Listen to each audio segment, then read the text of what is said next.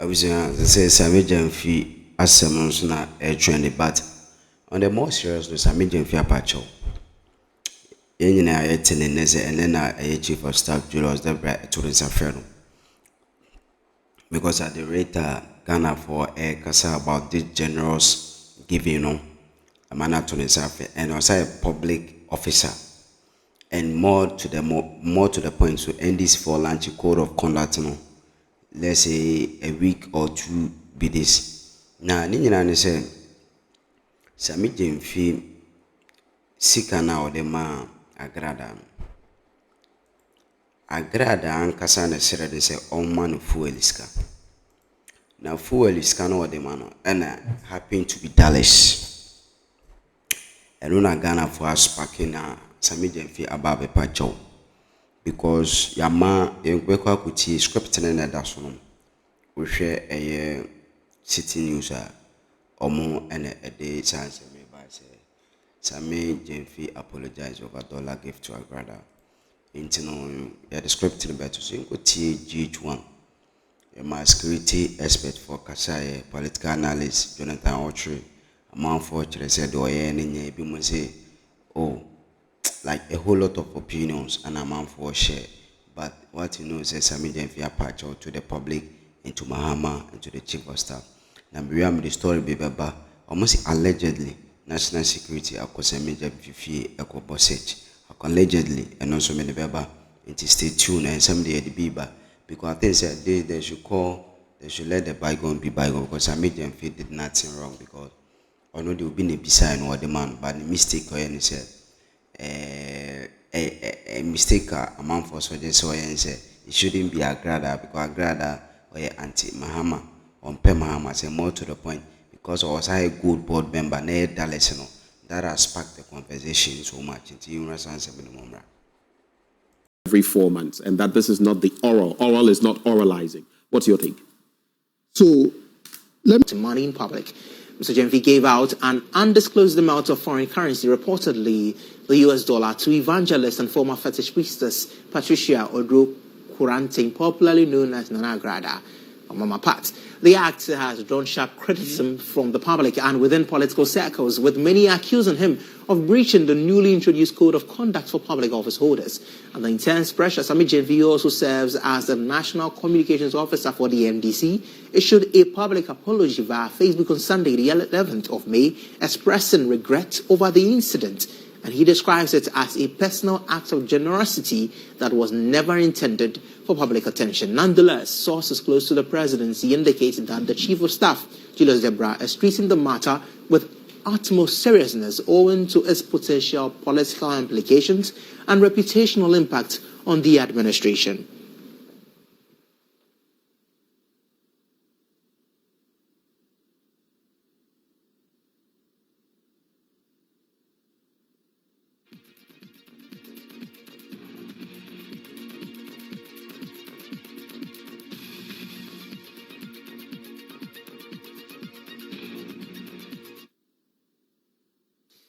Meanwhile, Nana Agradaa has responded to the recent controversy. Here's what she had to say.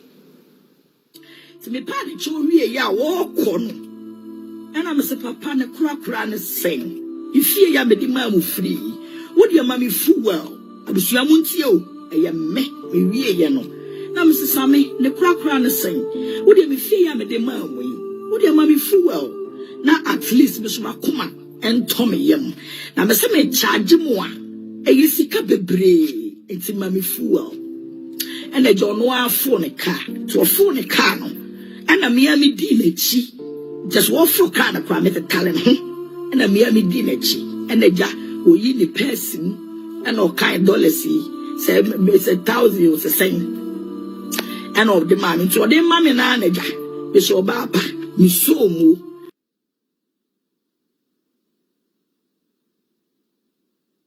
Yeah, so that is Nana Agradaa saying that she only asked for money for fuel, and when Sammy Gyemfi entered his vehicle and gave out the money, she took the money as money to support her in buying fuel for her vehicle.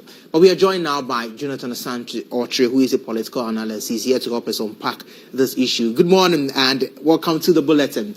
Now, looking at this matter in its entirety, here is someone who was saying that, well, I love to give.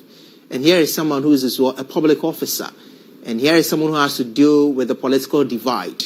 In your initial assessment of the entire situation, the very big question here is there wrong in this act?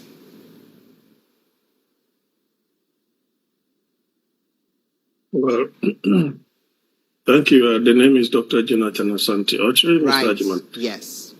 So the point is that when you look at it from an ethical perspective, anything that you call good or goodness in itself must be good in and by itself. Once it draws some kind of public criticism or ethical issues are raised out of that goodness, then it means that it has not yielded the right result. And so, from an ethical perspective, you will say that everything is wrong about it. Especially when you look at the political terrain. And we are talking about someone who is by far more intelligent than the woman, who is by far more smarter than the woman. In this case, he himself has admitted that he acted indiscretionary. And so, obviously, that his goodness turned something else. An act of kindness that has yielded the undesired result. And that is how I put it.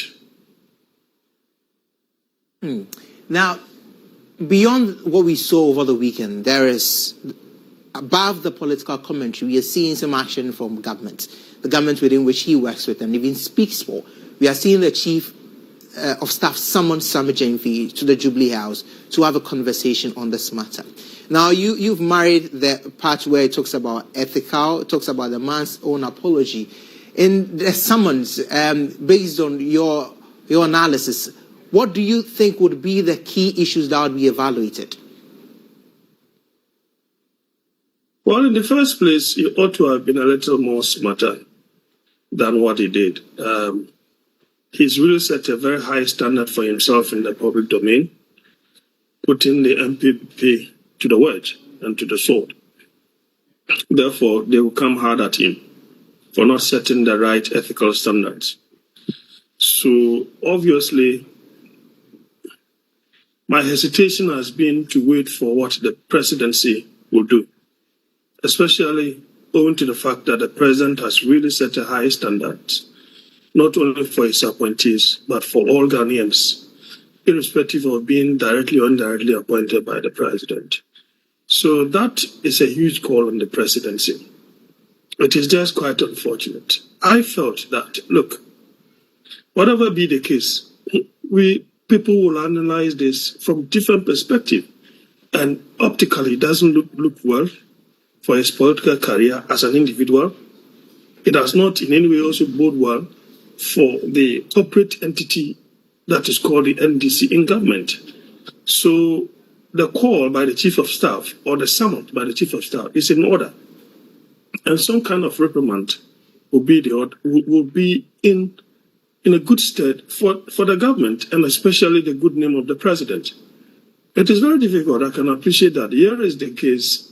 Sammy Gyemfi is a darling boy or the person of the president and all the powers that be. But what he did is not good for the optics, for himself, for the grassroots of the party, for moderate Ghanaians.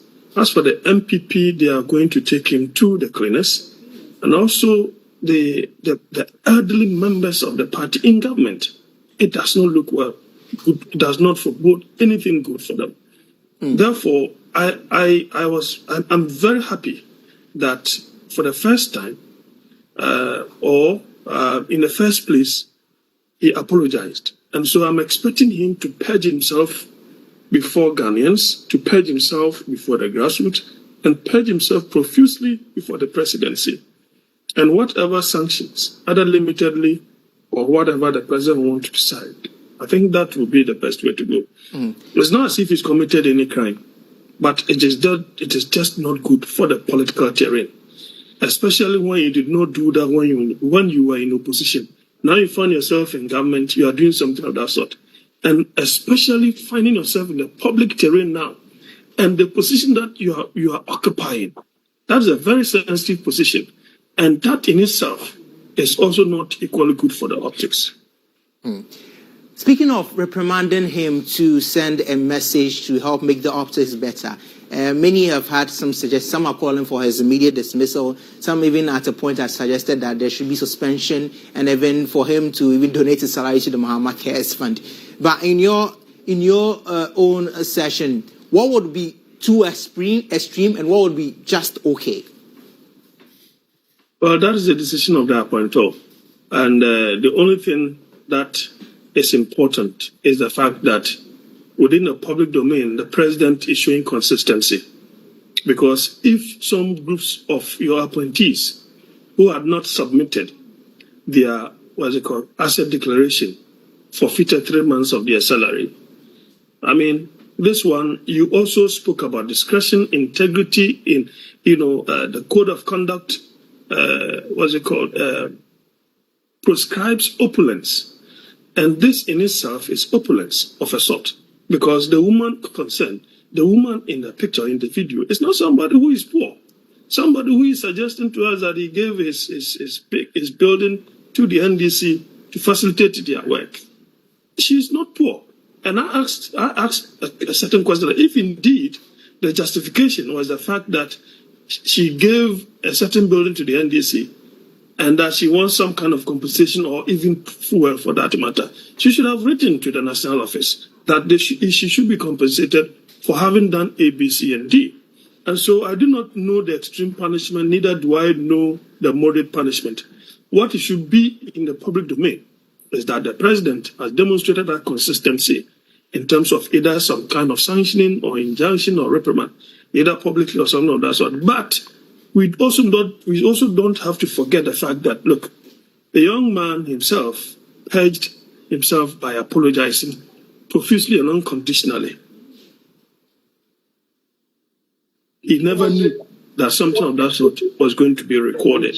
And it saddens my heart that a smart person like Mr. Sammy Gyemfi will fall victim to this. It's just unfortunate. Dr. Jonathan Asante, thank you so much for speaking with us on this particular matter. Well, let's shift focus as well to speak to an anti-graft campaigner and member of the African Union Advisory Board Against Corruption, Adam Senanu. Good morning once again and welcome to this broadcast. On the same matter concerning Sammy Gyemfi, I spoke to Dr. Jonathan Asante just a while back and he says, well, ethically this is wrong. He is saddened by the fact that Sammy Gyemfi ought to have been smarter. But in the very concluding statement, he says that, well, the president just needs to demonstrate some leadership to ensure that people would see his government as one that doesn't tolerate opulence, because this in itself is opulence. The summons by the chief of staff, in your own assessment, is it in the right direction? Well, yes, I would say it's in the right direction. I think it's important to note that he has not breached the Constitution, he has not breached any law, nor has he breached any policy. If you look at the Code of Conduct, it's an executive policy which does not even capture this kind of indiscretion.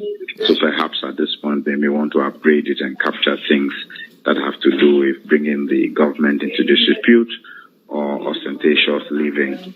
But to the extent that it's not reflected at the moment, Mr. Sammy Gyemfi hasn't breached anything. Right. Is there an issue? Yes, there is. What is the issue? When you transition from a private person to a public officer, as Article 1.1 of the Constitution says, whatever you do in the name of the citizens and for the welfare of the people.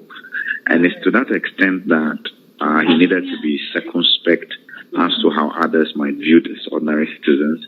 He needed to be moderate because you need to keep in mind the kind of challenges people are going through, and he needs to be measured in with whom he's engaging and what he's doing. So I don't think that there is a basis in law or by policy at the moment. I think that's a caution, and that caution should not just go to him, to all of the appointees, that you've transitioned. In your private life, you could do humanitarian stuff, and if it's your own money, after all, he's a lawyer, he could have earned some dollars. But once you're serving the public, you need to be, as I said, circumspect, modest, and measured in what you do. Now, looking at the grey areas of the Code of Conduct, indeed, rightly as you mentioned, there is no provision in the Code of Conduct in the fine details where he has breached this. But of course, there is the need for circumspection when it comes to how public officers hold themselves and how we hold them accountable. But on that score, does this bring to bear the urgency that perhaps the Code of Conduct in itself is not complete in this current form? Absolutely. I mean, there are two elements of it. First of all, as an executive policy, I've always been concerned.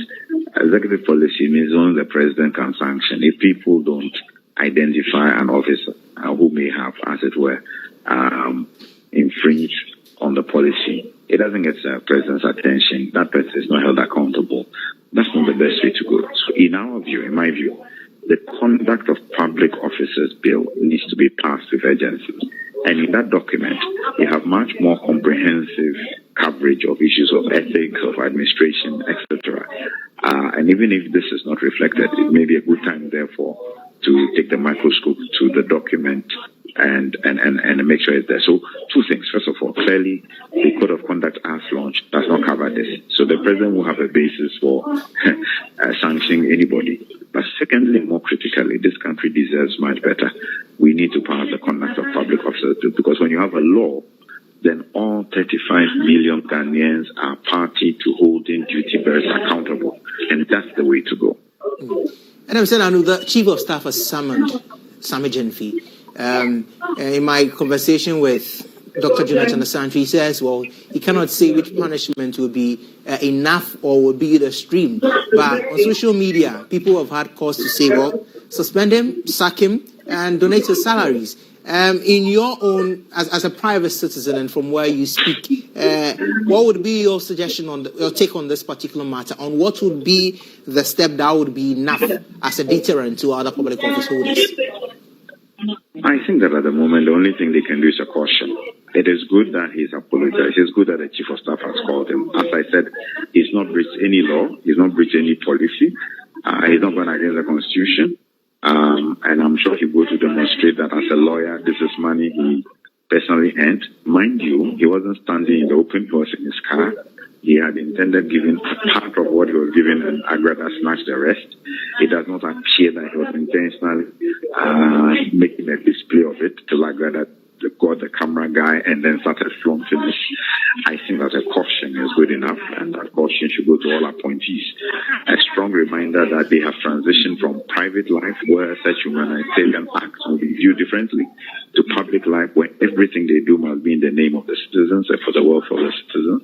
I think they need to upgrade their code of conduct to capture issues like this, and much more critically, let us pass the Conduct of Public Officers Bill. That way.